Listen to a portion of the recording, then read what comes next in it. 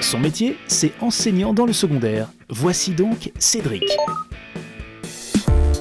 Il en sait des choses, Cédric. Et son métier, c'est tout simplement de transmettre son savoir à ces jeunes gens. L'école, une étape décisive, mais pas toujours facile à franchir. C'est un métier où il faut être tout le temps sur le qui-vive, il faut essayer d'être un peu exemplaire. Donc je vais essayer d'être de bonne humeur tout le temps, d'avoir un petit mot pour chacun, ça c'est important. Cédric est un vrai stratège. Il s'agit de rechercher la bonne approche, capter l'attention, chasser l'ennui. Et puis il y a les collègues. Dialoguer avec les autres enseignants permet de mieux connaître la classe, de résoudre les problèmes d'un élève. C'est gai de parler avec eux de trucs qui les intéressent eux. Le nouveau film d'eux, c'est des jeunes quoi, c'est des jeunes.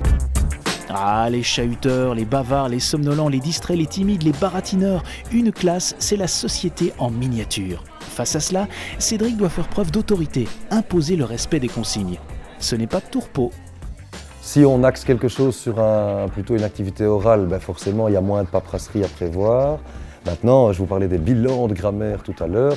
Ça, c'est un boulot de fou, parce qu'il faut être sûr de ne pas taper trop haut, pas trop bas. Il faut être sûr qu'en fonction des classes, ce ne soient pas les mêmes questions, parce qu'ils ont moins vu. Si les points vont de 6 sur 20 à 18, ben on sait qu'on n'a pas tapé trop haut, puisqu'il y a la fourchette qui est représentée. Si tout le monde a réussi, il y a un problème. Si personne n'a réussi, il y a un problème. Ça repose sur le relationnel. Je crois que les élèves ont besoin de beaucoup plus de relationnel qu'il y a 30 ou 40 ans. On parle toujours de déontologie, mais de manière assez étonnante, dans le métier, il n'y a pas de code de déontologie, en tout cas il n'est pas écrit. Mais je crois que la déontologie impose le respect.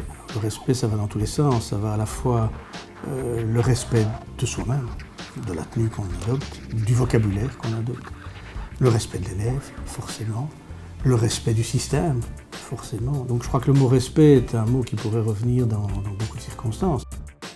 Donc je suis diplômé de traduction, j'ai bossé dans un bureau de traduction et comme je connaissais néerlandais et anglais, j'ai remplacé au pied levé une collègue à Nivelles qui était en maladie.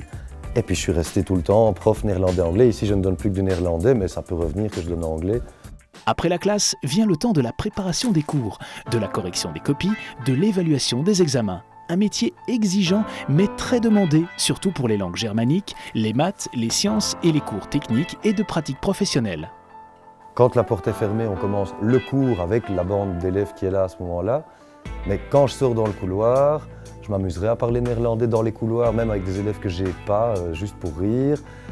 On a toujours bien l'esprit occupé par ça. Pourquoi? Parce que même pendant une récréation, il y a toujours bien un élève qui va venir demander si je peux pas lui renseigner quelque chose.